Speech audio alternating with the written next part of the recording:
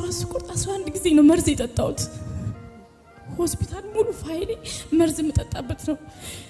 ደሞ አይገልም ይሄ ብዙ ጊዜ የምን ግን እናቴ በጣም አክራሪ ኦርቶዶክሶች ናቸው። ግን ቆይ እኔ ልክ አይደለሁ? ትላንት አላልኩም የዘንድሮ መርዝ አይገልም አላልኩም ብያለሁ አላልኩም? ስንተኛ ነኝ? እሺ እና ወደ አዲስ እነሱ አማኝ አክራሪ ናቸው። አዎ ከዛ እህቴ ጋር እዚህ ላከችኝና እኔ በጣም ነበር ማስቸግረው። ትንሽ አንድ ሰው ፊቱን ካጠቆረብኝ ሐዋሳ መጥቼ 3 ወር ብቻ ይኖር ያለው። አሃ ፊታቸውን ሲያጠቁሩብኝ ፊታቸውን ዝም ብለሽ ተነስተሽ መጣሽ ሐዋሳ እኖራለሁ። እኔ ታዲያ የት ልኑር?